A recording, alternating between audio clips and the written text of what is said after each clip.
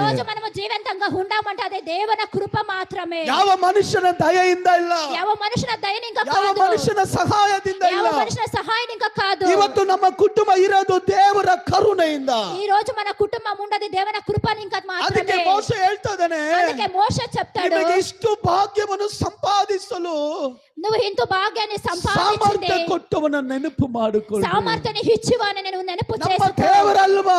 మన దేవునిలో లేదా? ಹಲ್ಲೆಲೂಯಾ. హల్లెలూయా. ಸಭೆಗೆ ಬಂದಾಗ ನೆನಪು ಮಾಡಿಕೊಳ್ಳ್ರಿ. సంఘంకి వచ్చేటప్పుడు జ్ఞాపకం ಈ చేసుకోండి. ಸಭೆಗೆ ಕಾಲಿಟ್ಟಾಗ ನೆನಪು ఈ ಮಾಡಿಕೊಳ್ಳ್ರಿ. సంఘంలో కాలు పెట్టడం జ్ఞాపకం ಸಹೋದರ చేసుకోండి. ಸಹೋದರಿ, ನಾನು ಏನ್ ಹೇಳ್ತಾ ಇದ್ದೀನಿ ನನಗೆ ಗೊತ್ತಿದೆ. సహోదర సహోదరి నేను ఏం చెప్తున్నా నాకు తెలిసి ನಾನು ಟೈಮ್ ಪಾಸ್ ಮಾಡ್ತಾ ಇಲ್ಲ. చెప్తున్నా టైం పాస్ ದೇವರು కాదు. ಮಾಡಿದ ಉಪಕಾರಗಳನ್ನ ನೆನಪು ಮಾಡಿಕೋ. దేవుడు చేసిన ఉపకారాలు మీరు జ్ఞాపకం చేసుకోండి. ಯಾಕೆ ದೇವರು ನಮಗೆ ಆಶೀರ್ವಾದ ಕೊಡ್ತಾ ಇಲ್ಲ ಗೊತ್ತಾ? దేవుడు ఎందుకు తెలుసా మనకు ఆశీర్వాదాలు ఇస్తలేదు? ಮಾಡಿದನ